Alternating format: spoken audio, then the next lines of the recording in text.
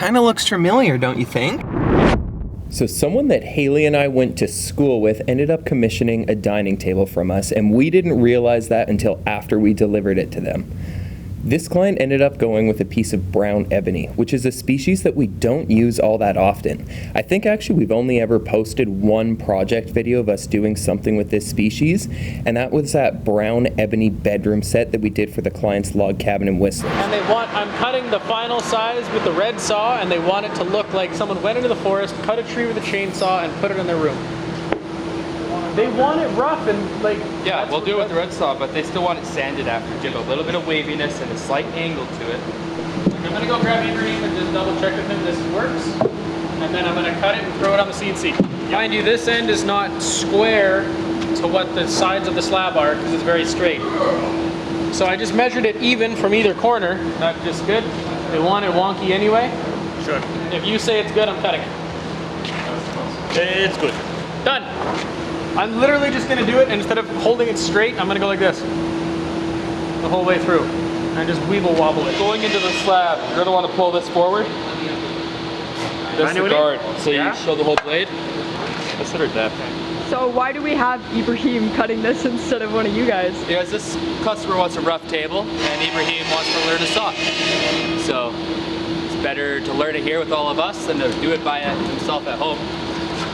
Two birds. He gets to try it out, and the customer gets what they want. It's fantastic. All you're going to care about is start back here, but don't pull it back when it's running. If you need to stop, let the machine stop, and then you can move forward. Do I put pressure downwards when I do it? Or, yeah? So the client, their request is they wanted a live edge dining table, and as you can see here, this slab only had a live edge on one side. So we needed to kind of fake that live edge, and the first thing we wanted to do to fake it was kind of make a non-straight cut going down the side of the slab. So we thought, who better to do that than our computer guy, Ibrahim, who does all of our 3D renderings for us and our quotes. But he ended up making a really straight cut, so we ended up still having to go ahead and grind this. After that cut is made, we're going to get the piece put on the CNC machine just to get it flat on both sides. And this piece, as you can see here, was very flat to begin with, even without any surfacing. So that's another nice aspect of this species, is that it's very, very stable and also quite dense. So that's going to make this grinding process quite time consuming, but we're just trying to give this slab the most natural look that we can without making it entirely obvious that the one side has been grinded and the other edge is live. The name brown ebony is kind of ironic because ebony usually refers to black colored woods, whereas brown is obviously not that. And you can see by looking at this slab, it's actually kind of this tan colored species, but brown ebony is just a vernacular for it. It's also referred to as guayacan, but here in North America, more commonly, you're gonna hear it called that brown ebony. But it's quite nice when we get to work with something that we don't usually get the chance to work with that often. To make the edge look as natural as possible, it's a combination of that angle grinder and then a wire wheel treatment after so that it has the same striations as the natural edge does. Once we've got the edge work taken care of, then we can move on to the surface of this slab, and as you can see, there was literally hundreds of small cracks over the entire surface of this slab. That is something that happens with these really dense exotic hardwoods, is as they dry over time, especially in these larger thicknesses, you can tend to get a lot of surface checking. So we spent the time, we went ahead and filled all of those in, and we're also then going to do that same natural wire wheel treatment on the ends of the slab. This client wanted absolutely no resin in their piece besides that was used to fill in those cracks. So once we've got it sanded up to 320 grit, we can take the piece upstairs and begin our finishing process. The first step of our process begins with our Black Forest furniture oil. This acts as like a sealer, as it's going to seal all those pores of the wood and also bring out the maximum color and grain in this piece. The next process after this is our UV cure finish, and the reason that we don't go straight to that is because we have found that the furniture oil soaks in a little bit deeper than that UV cure finish, and you just get a little bit richer of a color. That being said, you can absolutely use the UV finish on its own, but if you want that enhanced coloration, we would recommend using the furniture oil. It is important, however, that you give that at least 5 days to cure before you put the UV oil on. So for this table, the clients wanted the live edge and the ends to be still smooth where you won't get slivers, but kind of as rough as it can look so it looks more natural. So we can't use our UV oil on it because we can't wipe it off because it'll pick up little fibers from the cloth. And the UV, when it gets hardened, if there's a glob, it'll turn bright yellow. So we're using our regular Black Forest oil and just brushing it into all the voids and such on the ends and sides. And then we're going to UV the top faces.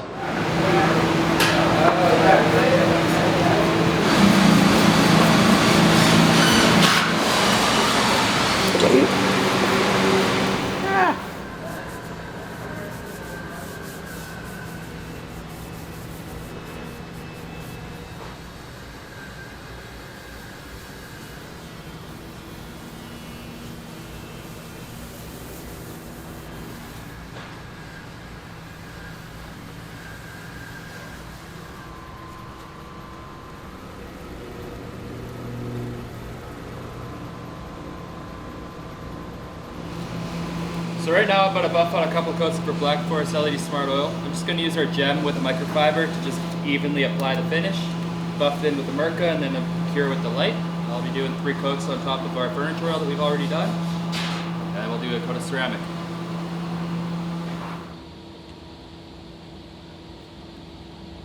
And then, like you probably guessed, this table is getting our X base. So since it is a smaller dining table, we do scale down the X base just to be proportional to this size.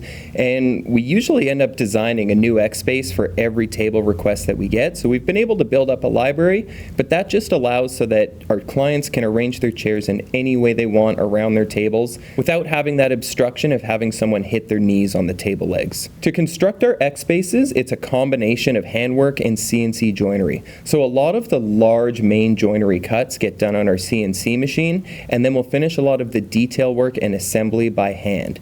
To make sure that these bases are going to be strong and support the weight of our heavy tabletops, we like to make them out of 3-inch thick material, which isn't that common to find. It's a little bit tougher to find that 12-quarter material, but we do find that it gives the extra stability that these tabletops need to prevent any kind of wobbling when you have this base sitting underneath the table. It's a 3 glue-up process. So the first one that you saw us do is we assemble the 2 halves of the small X's. Once those are together, we can then do a half lap for the large X, and then finally after that's cured, we can sandwich those 2 small X's all the way around that big X, and it just holds everything together so that you don't have to have any screws or any assembly process to put this base together when it's going into our client's home. It just exists as one single solid piece.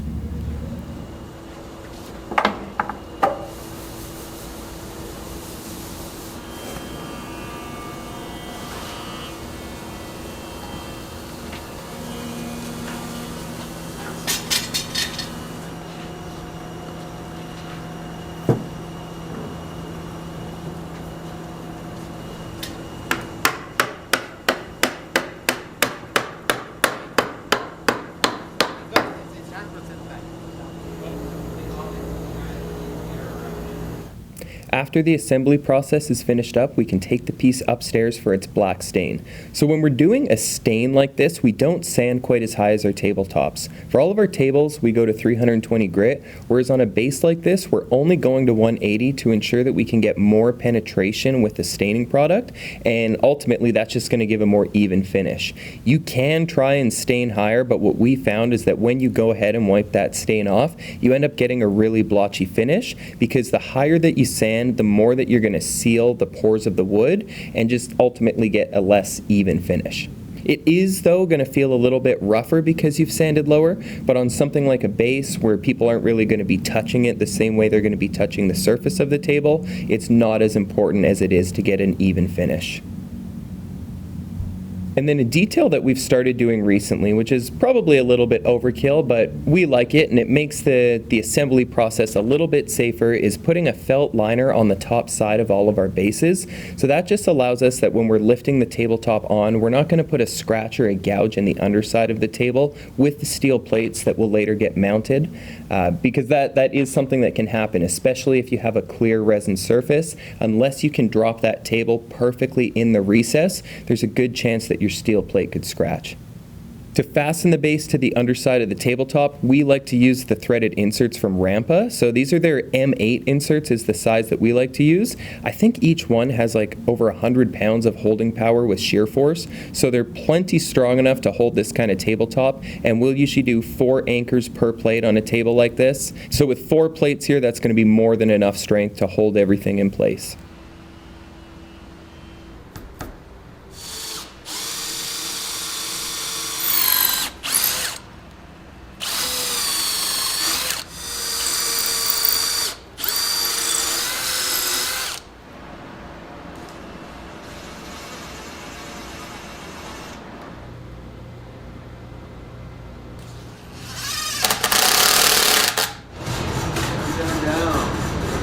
A little bit towards Garrett. Good. That big was better than, yeah.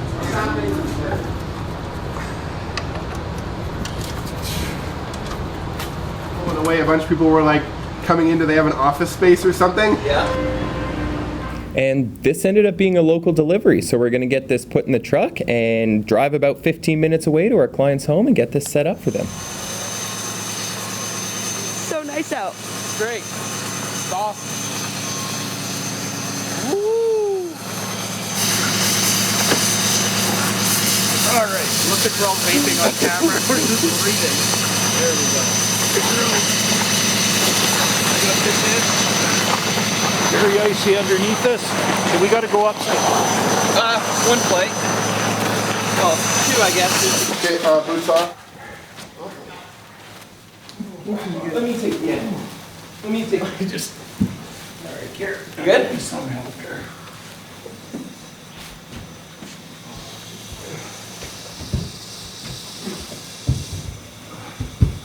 Oh my god. Good morning. That thing is so heavy. Everyone okay? Yeah, I think so.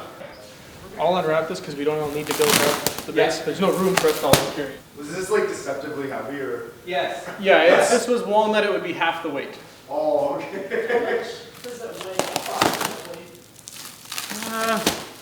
300 pounds, 350 at least. So if it was walnut, what would it be like? 100, 150 pounds, maybe 200.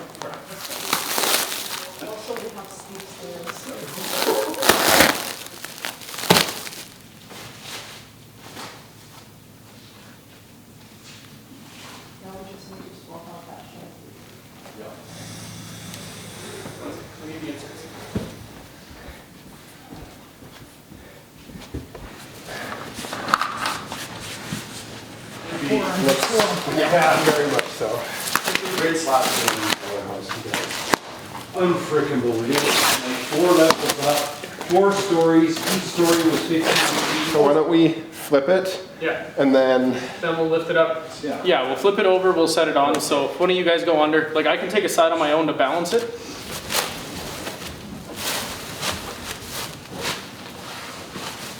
Okay, let's just walk. Look at that. So, you gonna walk your side? Alright.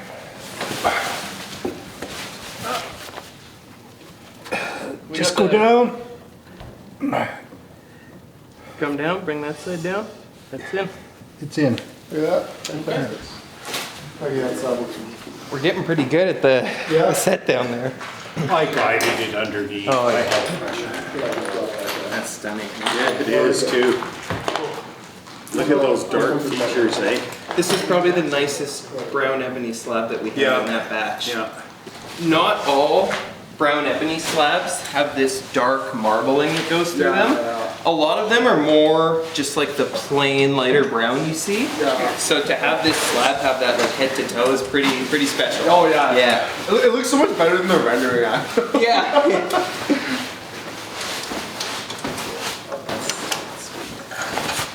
Do you guys still have the little piece? The offcut? Yeah, the offcut, Yeah, yeah. we still have it. Yeah. I think I saw one of your videos where you made like a side board. I was like, do you think that's enough wood for? Yeah, it probably would be.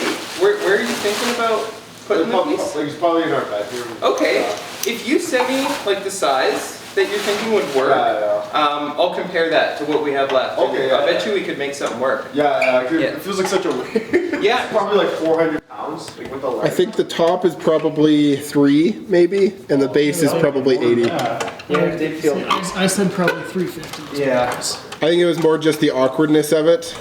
Yeah, you still have to treat it carefully. Oh yeah. Yeah. We got like placemats and like Yes. And I'll preface all of this by saying, if you do get any accidental damage, call me first. Even though we have instructions for like the basic care, if you get a bad scratch or something, like you guys are so close, I'd probably just want to come look at it myself. But to that point, so let's say if the table ever dried out, like this is probably like 10 years down the line, if it just doesn't look quite as brilliant as it does today, you can wipe on some of this oil and you wipe it off, and that'll kind of rehydrate all of the wood. But if you were to, let's say again, if you got a little scratch, and sometimes when you get a scratch it'll leave like that white mark, that white looking appearance. If you put some of this on, you basically rub it into the scratch, wipe off the excess, it will get rid of that white mark. It's not, if it's a deep scratch, you might still feel it with your fingernail, but this will get rid of the visual appearance of the scratch. Do you want to center it under the light or on your... This light won't go. We're getting a new shine over here. Yeah, this is a horrendous light. It's leaving this house. That way quite a ways. Yeah, and then this couch is moving that way too. Yeah. After I move We're the not table switching, down. we're just leaving. I was just shifting it over because it wasn't straight. Turned out even better than. Okay, so we just got our final delivery done here before Christmas into our client's lovely home, and this is a pretty unique piece because it's a species we don't usually feature that often. This is brown ebony. Some of you may remember the ski lodge that we did in Whistler. That had the bedroom set in brown ebony, but this particular slab has so much figure. So normal pieces of brown ebony, you just see a lot of this tannish brown color in the wood, whereas this particular slab has the brown and black veining that goes all the way throughout it. So just really, really special piece. And then of course, sitting underneath it, we've got one of our Black and Dash X bases, and that does a really nice job tying in with those darker streaks that are in the top. So we would love to hear what you guys think about this piece in the comments below, and we'll see you in the next video. Oh no, yeah. Thank you. Yeah. Thank you for making it for us. Oh, our pleasure, Yeah. our pleasure, absolutely. Oh, wow. Oh, Thanks. Thank you very much. Thank you. so Hey, thank you very much. We appreciate it. Thank you. Yeah. So we just had a funny realization as we were leaving. Haley says to me, she's like, that client kind of looks familiar, don't you think? And I was like, I don't know, maybe. And she's like, I think he went to school with us. And sure enough, she looks him up on Facebook, and he not only went to the same high school as us, but the same junior high school, and we've got like hundreds of mutual friends. So Alex, I guess we used to know you, or maybe not. We at least knew of each other back in the day.